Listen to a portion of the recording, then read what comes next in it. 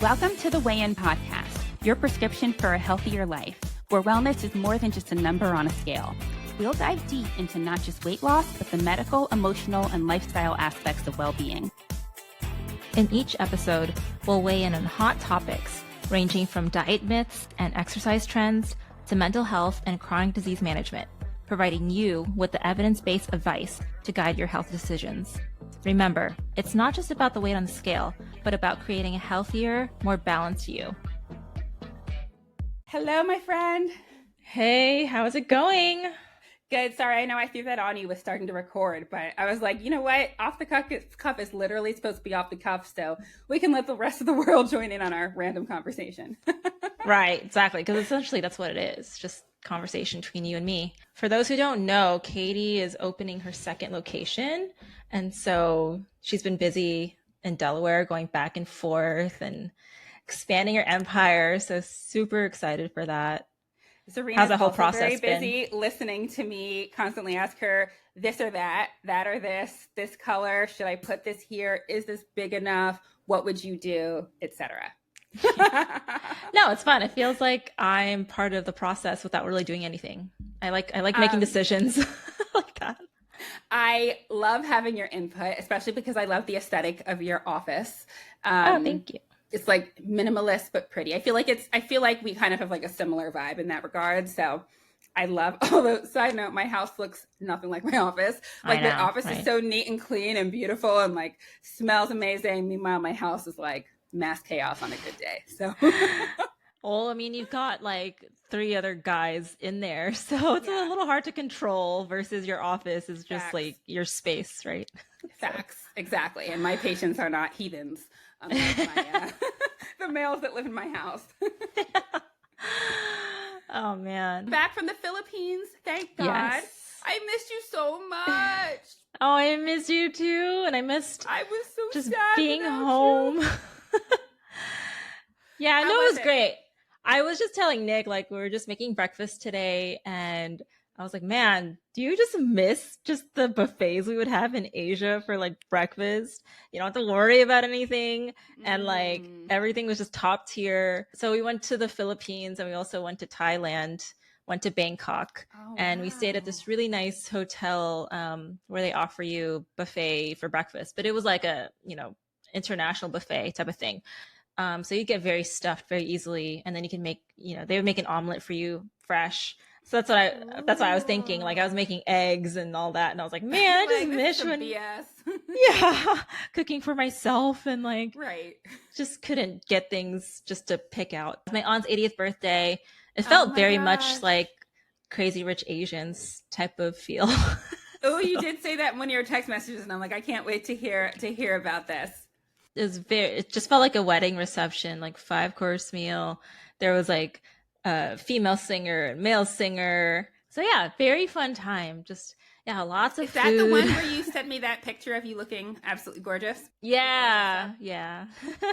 So yeah, I was there for 2 weeks, but like honestly, I think 2 weeks is fine. It was just enough. Cause yeah, when I'm there for 3 weeks, I get homesick around like week 3. I'm like, okay, I want a salad now. I want juice. I know. And there's something nice just about like being home. And like, you're just eating all the time, at least in the Philippines. Again, they just want you to eat all the time. And to be fair, I mean, there's not much to do. Like when you're in Manila, it's a big city, lots of malls. There's really not too much sightseeing to do and it's hot. So you just want to stay inside. Right. But in between meals, you're kind of like, okay, well, let's get a coffee. Let's get like a smoothie, let's get a snack. Right, because it makes sense. Yeah, you just don't have much to do in the mall if you're not really shopping. Yeah, so it was a great trip. Just happy to be back. How about you? You also went to Florida.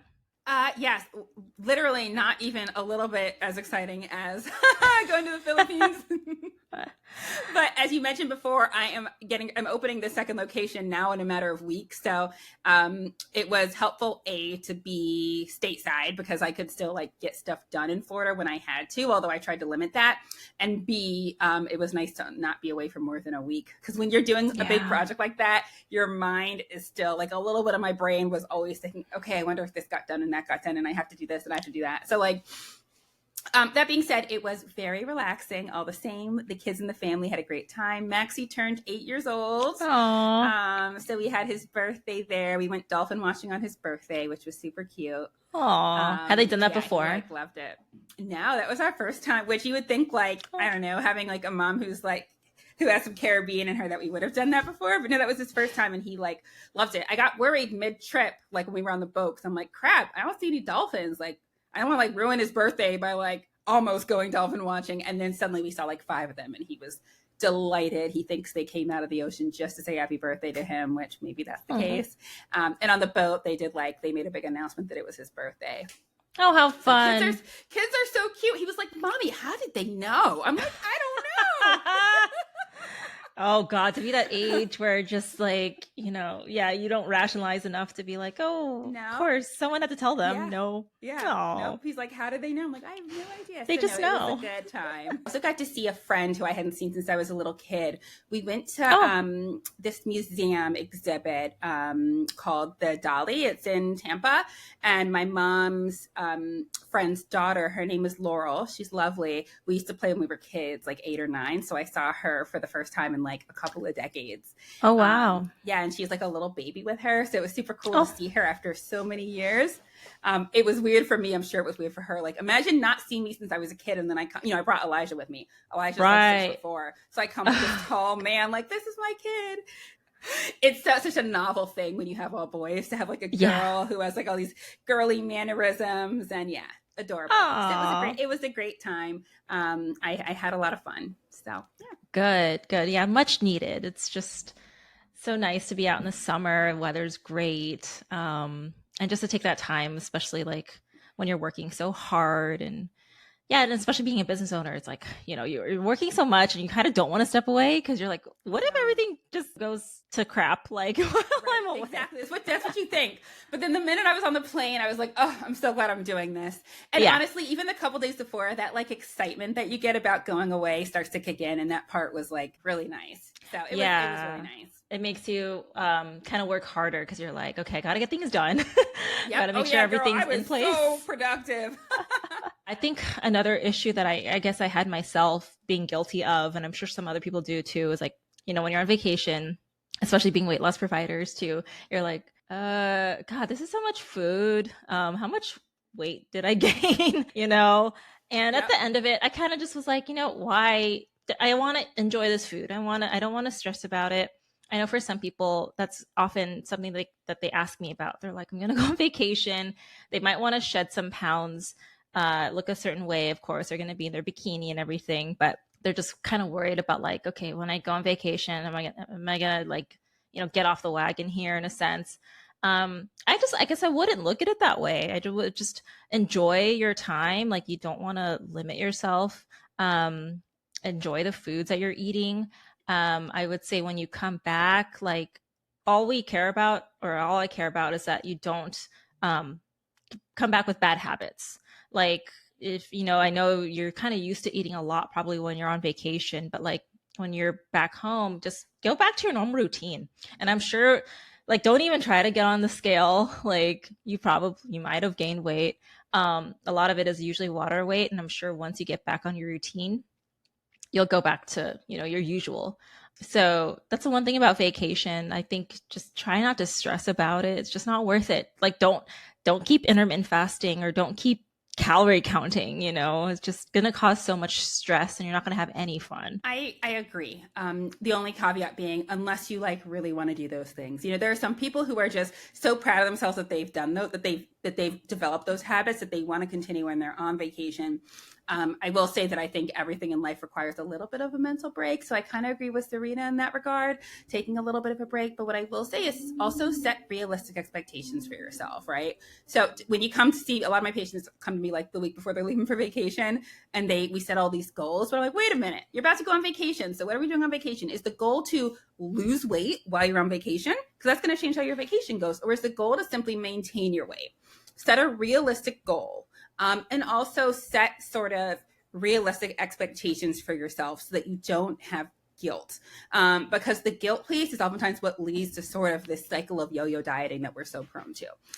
So really give yourself realistic goals. So maybe it's going to be, I'm going to be on vacation, but I might drink alcohol, but I'm going to limit myself to only drinking 2 drinks a day or whatever that looks like. You're the real MVP if you do 2 drinks a day. If you're especially if you're at all inclusive, then oh yeah, hats off to you. Right? Yeah. Hats off to you. But yeah, so I want you set realistic goals and expectations that you don't feel guilty when you get back. That's the goal.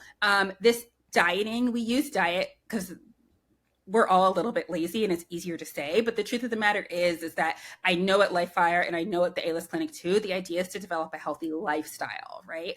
And in your life, you're going to go on vacations. So that doesn't mean that you punish yourself for it. That doesn't mean that you fall off the radar, that you know what I mean? It just means that you go on a vacation, and whatever you decide to do on vacation, whether that's eating healthy, whether that's maybe having some dietary indiscretions, make sure that you mentally prepare yourself to do those things so that you don't have that guilt afterwards. It's important to have a good relationship with food. So exactly all the things you mentioned, because I think some people, again, guilt themselves after they've had something bad. So they're like, maybe they go to the gym for like 2 hours that day because they're like, oh, I ate way too much. And that's definitely not what we want to do. Just enjoy the food and you'll be totally fine. I've had some clients that they did go on vacation and they're still on the medication, right? And some people worry like, oh, can I take it with me? For the most part, yes. I mean, you'll have no issues pretty much taking it with you. Just make sure that I guess if you need a prescription of some sort, if they were to be really, picky, of course, check the country that you're going to if they're more strict. But generally, I would say a lot of the airports, at least in the US, are not going to stop you like when you're leaving to an international place. I can't say about other countries going back in, but like, I don't think it's really an issue. And again, if you want to like take a break too, some people are like, I want to enjoy my food. I don't want to because the medication makes you feel so full so fast. So they're like, I want to enjoy it. And so I'm like, you could totally take a break, of course. I would just suggest again, this is per provider. People do things differently. If it's been more than 2 weeks and you haven't had a shot, I would probably go down on your dose like a little bit just because I don't want you to get any side effects from when you start back again. And then same goes like if you go any longer, again, consult with your provider. This is not medical advice, just something that I would suggest that you bring up. For some other people too, like even if you're not on vacation, summer has a lot of events going on, right? Like I've seen a lot of people go on bachelorette parties or like they have friends visiting and stuff like that. And so they're just like, man, I'm eating so much. I'm drinking a lot.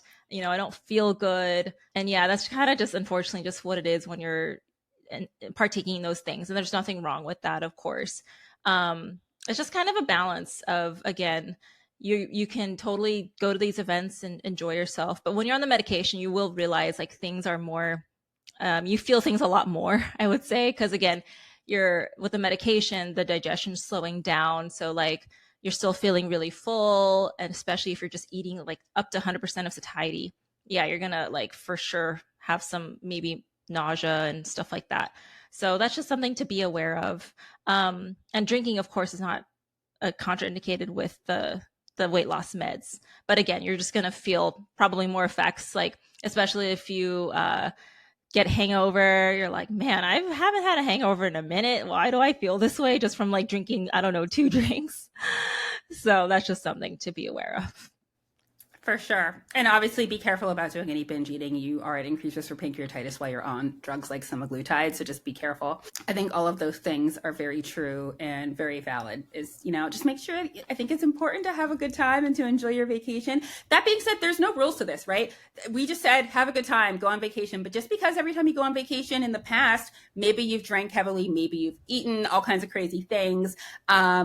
You don't have to do that this time. That's the thing. And just because people in your family are doing it or your friends are doing it does not mean that you have to do it that way. So there are 2 categories of people, generally speaking. There's people that I have that are like, 3 categories. People that are like, I'm going to do whatever when I'm on vacation because it's vacation. Then there's people who are like, I'm going to have a few indiscretions, but I'm still going to kind of stay on the diet. And then there's people who fully commit to it the whole time that they're away. And if you are in an environment that supports that, I think that that's great. I know when I was at the heart of my weight loss journey, I did a girls trip with my best friend in the world. Her name is Jewel. She was on our podcast. And then her cousin, who's also a friend of mine, named Whitney. We went to Tulum, Mexico, which I know you and I have had fantasies about having a wellness retreat there maybe in the future.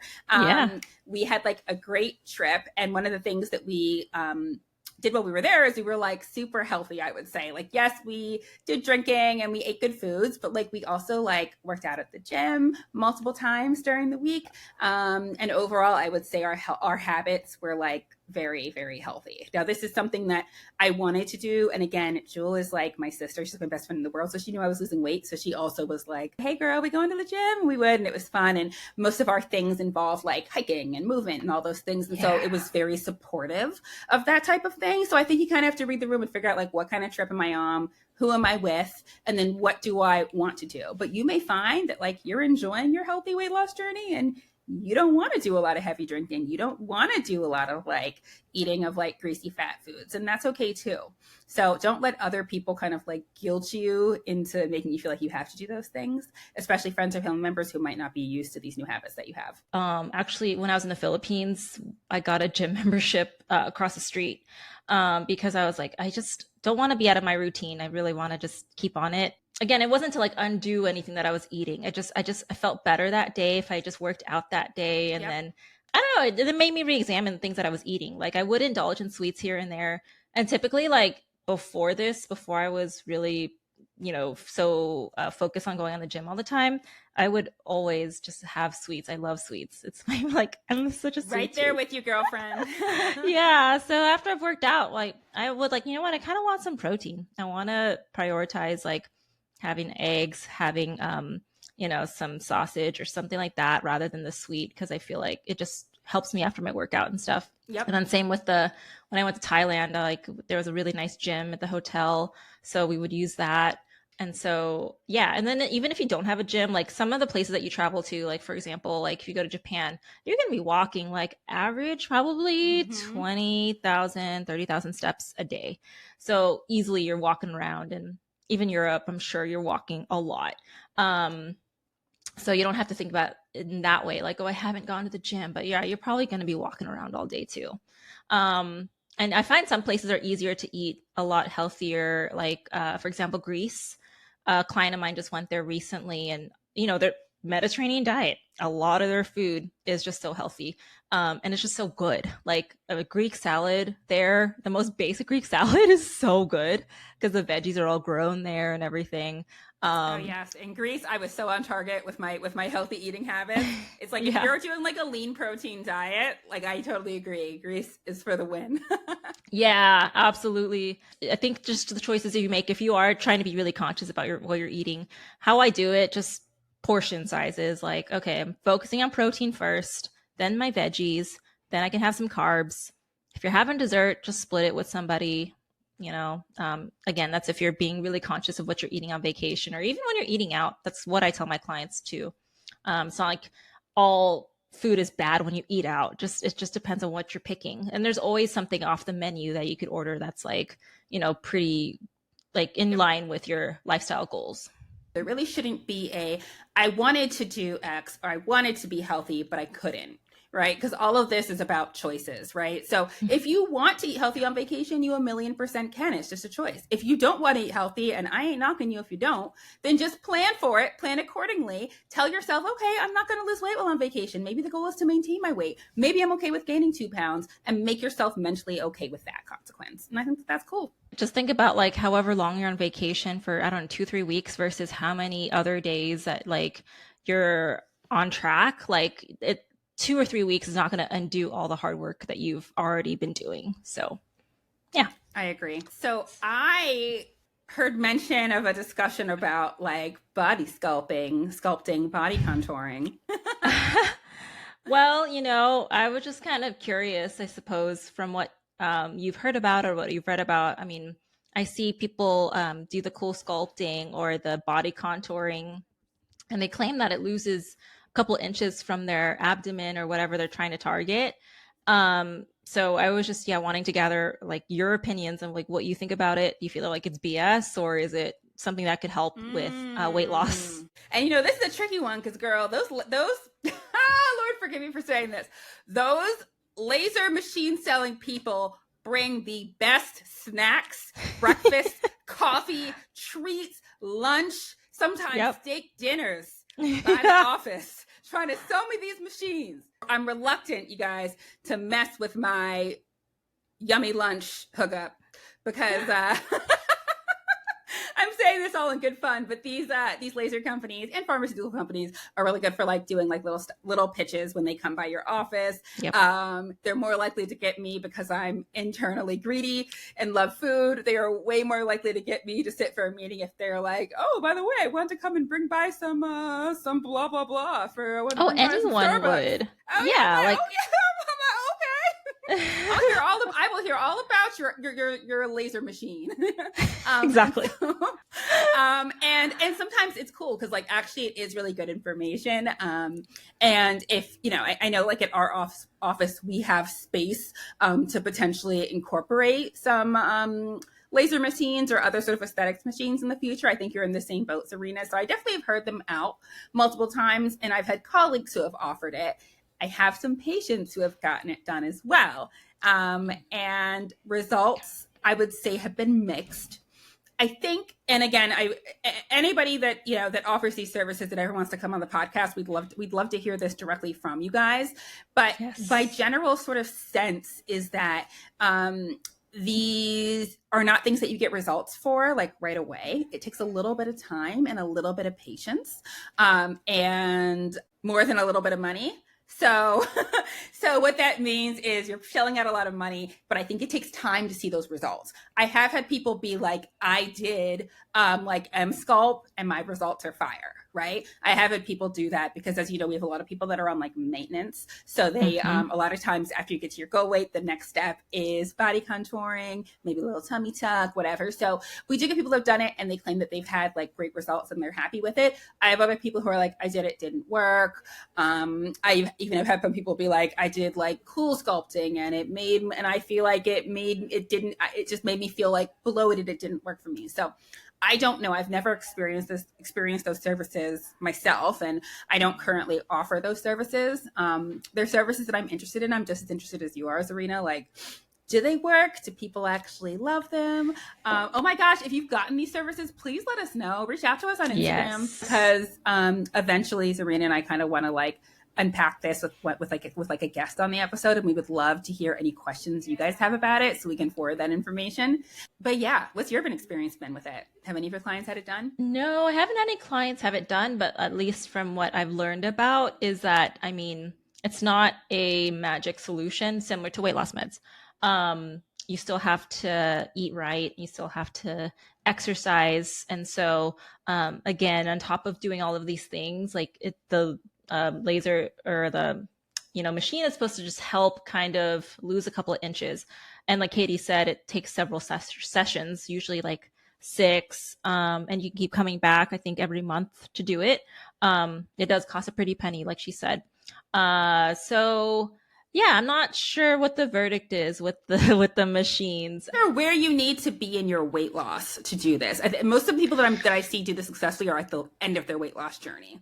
That's what I was going to say. So like I've had some clients be like, you know what, I'm pretty skinny, but then I feel like a little bit chubby or something like that. And I feel like, yeah, at that point, maybe the machine might help with that too, on top of them exercising. This one client was like asking like, what can I do? I don't know if I need to lose more weight or do I like do strength training? And I said, oh, strength training, of course, because that's going to help tone things up. Which is another important thing when you do a weight loss program. Like you want to, and I kind of wish we could rename the like weight loss. Like it should be fat loss because I feel like it's so hard to determine on the scale. Okay, is this muscle or is this fat? Mm-hmm. So at another machine that I was just thinking of now, like it's a brand. It's called the InBody, but it tells you, of course, like the different things where it's all distributed with the fat. Which that's actually something I did in the Philippines. They had in the gym that I was at, they had this body scan thing, and you just hold on to the handles and it tells you like where your visceral fat is. That's a fat around your organs, which you don't want too much of. And then like your BMI and all these information. But the tricky thing with those machines is that, like, I guess with the InBody specifically, it's like, well, you can't have water or something right before, or you can't have just exercise. There's so many variations and factors that you have to get right. But I think it's a good baseline. Even some of the scales can do it too. Of course, not super accurate, but if you just use it as like a trend to kind of, see if you're going in the right direction, I think those are really helpful too. And I think that they are, and I know, in the past we've even considered adding it to the clinic, and I'm always on the fence because I agree it gives great knowledge, but like at the same time, the bottom line remains the same, right?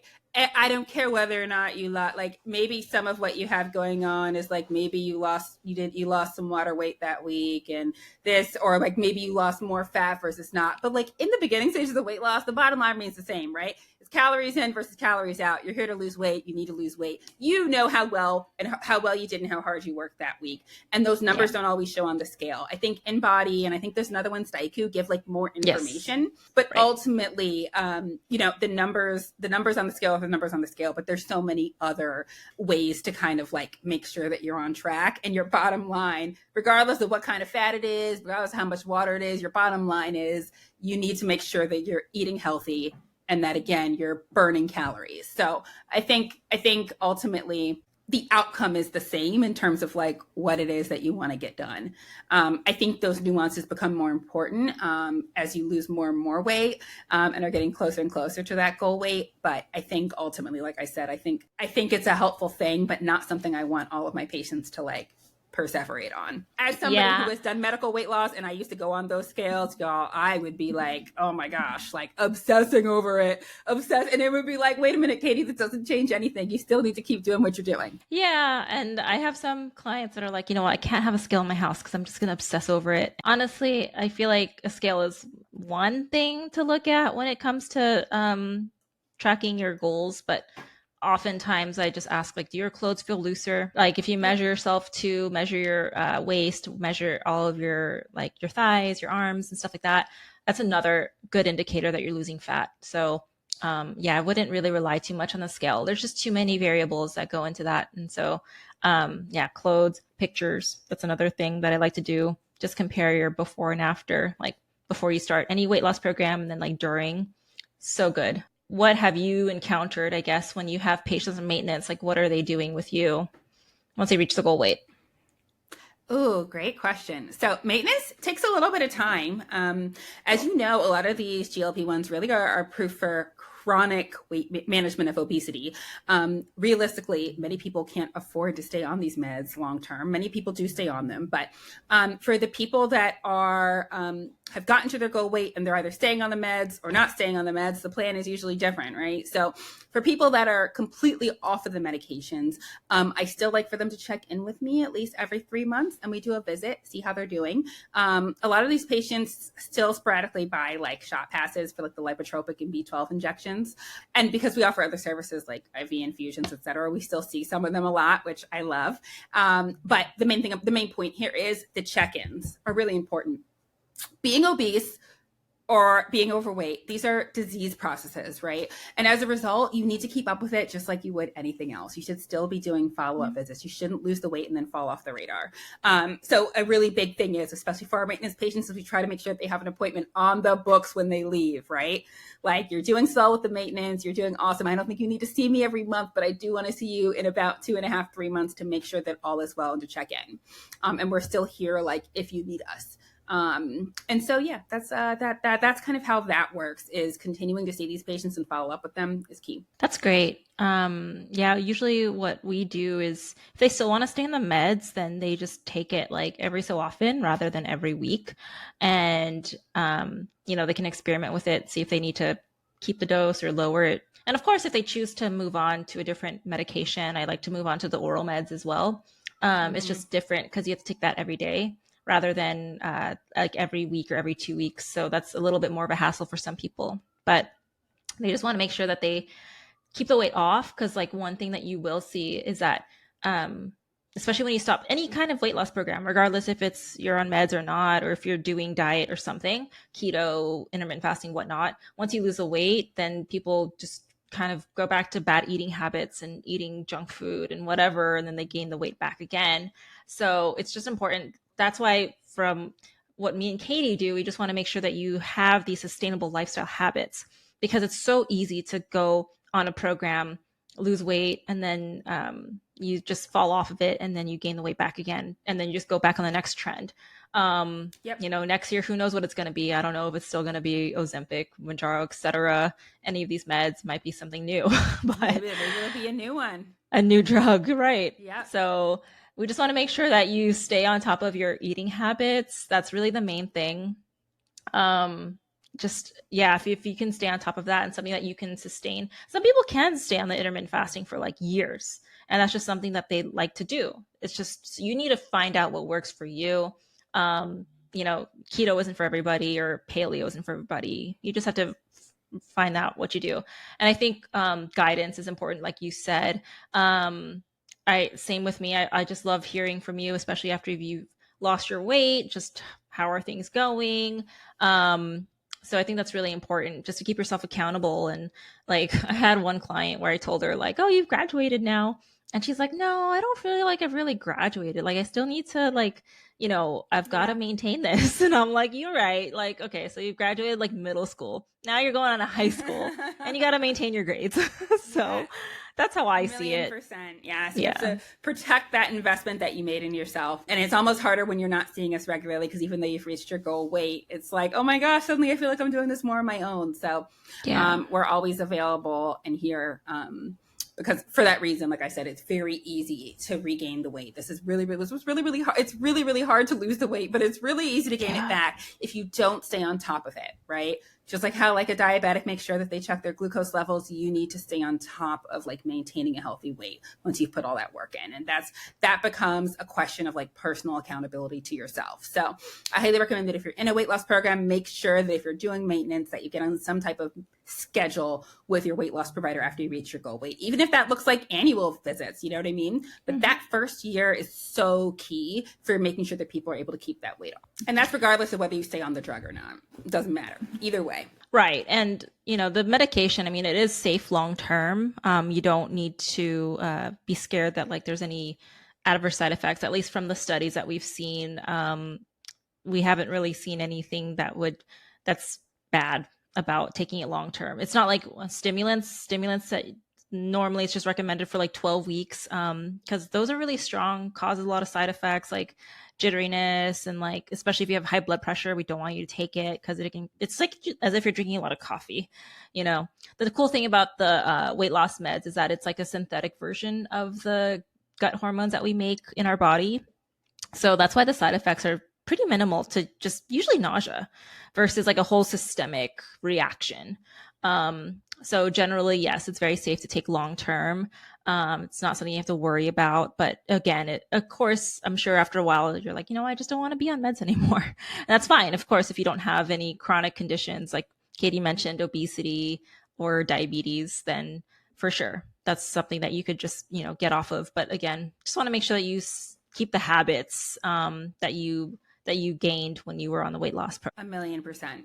Because it's if you are somebody who really finds that this drug has been like life altering, which it is for some people, and that you have gone from being maybe like morbidly obese to being a normal healthy weight, then you really have to sit down with yourself and kind of weigh the pros and cons of coming off the drug versus not, right? Because by staying a normal healthy weight, you're preventing yourself from some much more expensive disease processes, some much more expensive things to kind of have to take care of, like hospital stays, from strokes, from heart attacks, you know, from diabetic ketoacidosis, from like all the horrible things that can happen when you or your increases for when you're obese. So and I find health is an investment. Like some people kind of say, oh gosh, Pilates is so expensive, you know, but then when you think about the big picture, it's like, well, if it's helping you get out and helping you work out, I think it's worth it. You know, if you're not a gym girly, you're like, I have to be in a class, but the classes are a bit more expensive, then I'd say do it. You know, of course there's cheaper ways to do it. You could always go on YouTube and do it that way. But if you physically need to be in a space where you're with other people and you need a teacher, like I think it's worth it to spend that money. And I notice I'm quiet about this one because you know how I feel about Pilates. Oh my God, I'd rather eat glass. It's so boring. Well, Pilates, yeah. So again, like with Skylar's episode, we talked about more low impact, So some people can't handle like the Orange Theory or type of classes. But they're out there. There's always boot camp and whatnot. Whatever's gonna work for you, I fully support. I say overall, like when it comes to doing exercise, and I don't think this is something that a lot of weight loss like programs really touch on. Sometimes it's kind of just like walk or something.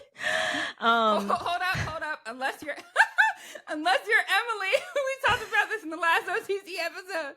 We were on vacation and we were talking about our clinics, and Czarina and I are talking about what we recommend or whatever as far as physical activity. Emily gonna say that she does actual demonstrations. So if you're in Colorado, you at all are wondering whether or not Busy Bird Weight Loss would be a great help to you, which is the name of her weight loss clinic, you should definitely get Emily, because Emily says she out here doing actual physical demonstrations. She getting on the floor and she's showing you exactly what to do. So she is the real MVP. Yeah, I was dying when that happened though. I was like, Emily, what? I'm like you doing squats and stuff, like in the middle. Yeah. We jumping up. Emily was like, yeah. I'd say on average, I mean, if you're working out at least like 3 times a week, and it can be like 30 minutes or an hour, of course, you don't always have to do running or anything like that. Strength training is really the best thing for you. I feel like the mindset from like before, I feel like it was a lot of cardio. Now it's like, okay, we really got to focus on strength training, building that muscle mass. It helps you in so many ways. And I was guilty of that too. I always thought I needed to run to lose the fat. I mean, you have to have a balance of both. I think you should add in a couple of cardio sessions a week too. But then I think strength training is like really important because especially when you get older, like I think in your 30s and 40s, you do start to lose muscle mass. And so it's good to build that like now, especially. And then when you get older in like your 50s and 60s, and then, God forbid, if you were to get cancer or something like that, like you just don't want to waste away. If you have really good muscle tone, I feel like it just helps you out in the long term. So it's not just for like fat loss. It's really just for your health in general. You don't have to do anything super duper intense. You don't have to do boot camp. You don't have to like go hardcore all the time. So, and if you've never done boot camp, make sure, and you decide you want to do boot camp, please make sure that you do modifications. So appropriately. So, and I agree with Czarina. Strength training is definitely important. I do still encourage patients early on to start with trying to get that cardio in for that fat burning piece, but ultimately high protein diet and strength training are going to be the things to help you maintain muscle mass. And that's one thing you don't want to lose when you're in a weight loss program. You don't want to lose muscle, so it's really important to stay on top of those two things. Yeah. But another piece I wanted to mention too is like for some people, they have a lot of food noise as well. So I think the hard part is like when they get off meds, like food noise comes back.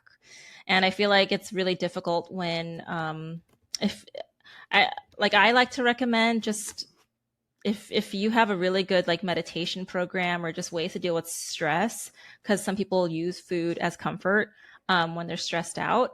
And so when you get off of the meds, you may find that like, you're having that food noise come back. So I feel like finding ways to mitigate that in different ways, again, through meditation or just finding, I don't know if you need to go to therapy as well, kind of dealing with stress in that way, whatever you can, talking to a friend, going for a walk. I think it always kind of helps too. So yeah, when you're off of the meds, or if you decide like, food noise is gonna be too much, I think I just need to do maintenance just to keep that off. Yeah. Figuring out what's going to work for you is going to be key, and being self-aware enough to know like, what, maybe I need some additional help. That's okay too. Yeah. So if we want to spill a little bit of tea, do you remember Jon Gosselin? Yeah, from like way back when. Jon Kate Plus 8, right? Jon and Kate Plus 8. That show was lit, yo. I don't know. I guess that was a popular haircut at that time. Yeah, that's like the essential Karen haircut. Hate it. It is. It is 1,000,000% the essential Karen haircut. Mm-hmm. That's the Jon and Kate Plus 8 piece. And one of them recently, they're both in the news, Hannah Gosselin and Jon Gosselin. So that's the dad of all the kids. They just recently said that they used what sounds like semaglutide. It kind of sounds like compounded semaglutide to lose a bunch of weight. They lost a combined total of 75 pounds. Oh, wow. They did not actually like specify or use the name of the medication that they used, it sounds like, but it sounds like the rest of the world thinks that this was likely semaglutide. So yay. Yay for them. And that's awesome that they are feeling great and looking great. They're actually from here in Pennsylvania, I want to say, right? Isn't that you're like, girl, I don't know. I'm not following Jon and Kate Gosselin. Let's Google it. Where is Jon Gosselin from? Well, they got divorced, right? So are they still living in the same area? That'd be weird. I don't know. I know he was born and raised in Wyomissing, Pennsylvania. So, but I just feel like they were in PA. Remember, weren't there twins and then the 6 kids? What do you call those? Possibly. Czarina, you are no help. I don't tallied her, y'all. She's so bougie. Czarina's like, I'm called the A-list clinic for a reason. I don't get, yeah, these are D-listers. I don't know about anything about these D-list celebs, Katie. Nope. I don't know where they're from. Nope. I don't know who these people are. All I remember is that like Jon was looking a little beefy, and I think he lost weight, and then I guess he put it back on. Kate, I thought that looked like stress weight. Can you imagine a divorce with all them kids? Oh God, I don't know. I'm gonna keep it real with you, but y'all, everyone's gonna judge me. But 8 kids. I don't know how much of a custody battle you're gonna get. I know, that's what I'm saying. By myself. Bye. Unless, like, I would be needing like a lot of alimony to support my nanny needs because 8 kids. I'm not even gonna be able to date anybody to bounce back and move on. That's crazy. Yeah. No, thank you. That's like my worst nightmare. One of those 8 children has lost weight, possibly due to semaglutide, and is living her best life. I think Google says that she was born in 2004, so she's youngish. Oh God, so young. No, I just find it funny because it's like, oh, twins, oh crap, this is a lot. And then you get this other pregnancy test, 6.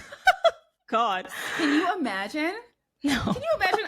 I literally can't. I'm getting anxious just thinking about it. I don't know why I watched that show. And it's like when you have a dog and they have puppies, like, can I give them away? Like, you can't do that. They have like 10. They have 10 at the same time. Oh my God. Yeah, I'm not surprised. So 8 little soul suckers. You guys that have kids don't tell me they all want to snack at the same time. Yeah, no, it's great. Honestly, nowadays, like, it's good. It's really good that people lose weight easily, and sometimes it's kind of hard to tell. Like, all right, like even with some people that I know, I'm like, okay, are you using the meds? Because you hardly ate shit during dinner. But they don't want to say it. They're like, yeah, diet and exercise. Yeah, we talked about that. They're always talking about it's diet and exercise. Yeah, like it's okay. You don't have. I mean, and then again, you know what? You don't owe anybody an explanation.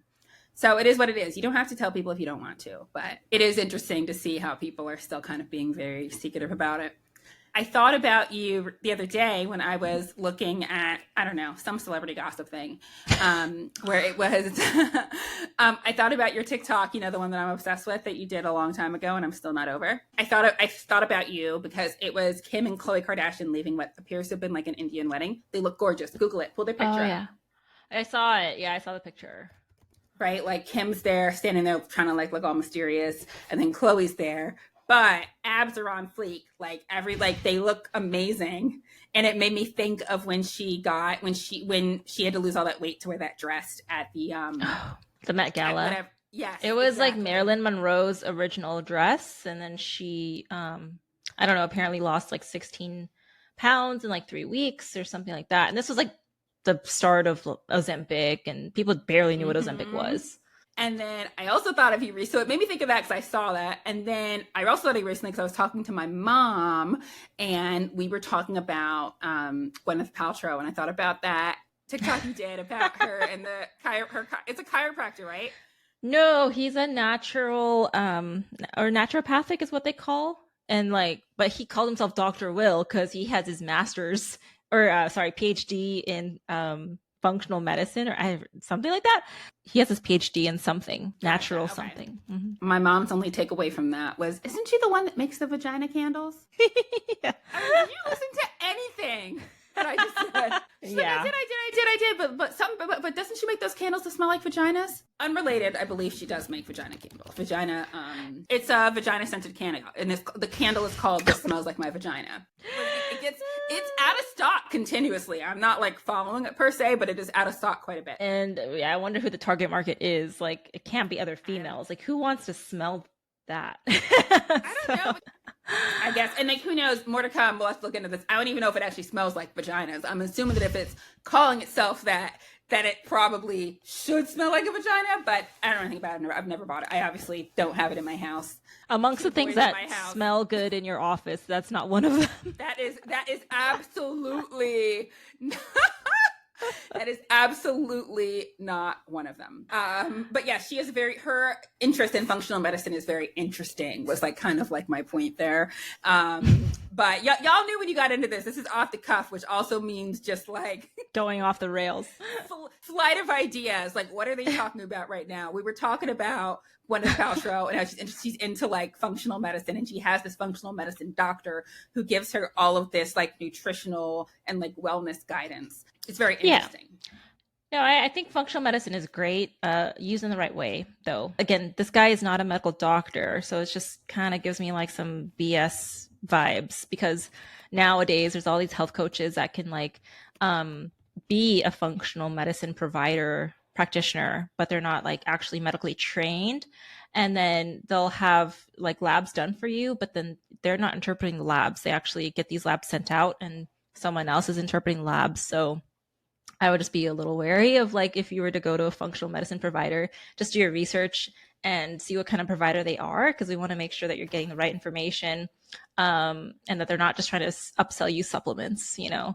His credentials are IFMCP. I don't know what that is, y'all. DNM, DC. I don't know what that is. Yeah, IFM is those are like nursing credentials. So all my nurses say right. You see all the initials and you're so impressed. You're like, wow. Be like ABC, 123 dash FFQRST, dash XYZ. That's how nurse credentials be. He got nurse credentials up in there. What's IFMCP though, for real? I just know of IFM, which is like, I think the Institute of Functional Medicine. So you can get your certification there, but honestly, yeah, he's not a medical doctor. I feel like functional medicine is good, especially if you're having like gut health problems, kind of like if you want to optimize your sleep, etc. Like it's a holistic version of, you know, approaching the root cause of things. But yeah, with Gwyneth Paltrow, I don't know. She's just, at the time, like when I saw that video, she was like getting an IV placed. She was so just like, I don't know. She looked very skinny, and she basically talked about how she hardly eats. Yeah, that's what I was gonna say.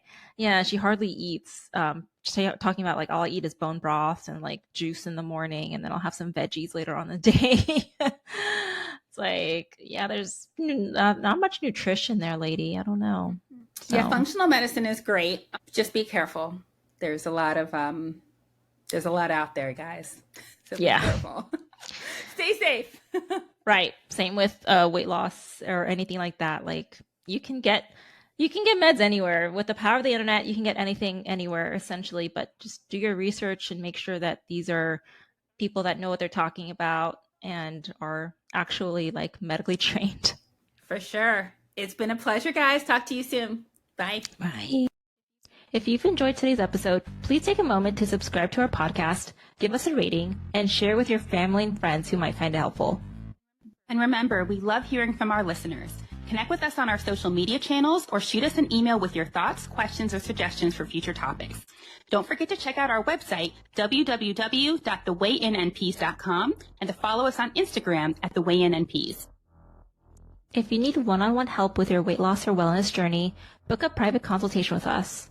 The A-List Clinic can be reached at www.thealistclinic.com or on Instagram and TikTok at The A-List Clinic. And my clinic, Lifefire Weight Wellness, can be reached at www.lifefireweight.com or on Instagram and TikTok at LifefireWeight. Thanks again for tuning into the Wayne Podcast with your hosts, Katie and Czarina.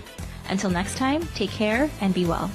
The information in this podcast is for general information only. It is not intended as medical advice and should not be relied upon as a substitute for medical consultation with a qualified medical provider familiar with your medical needs.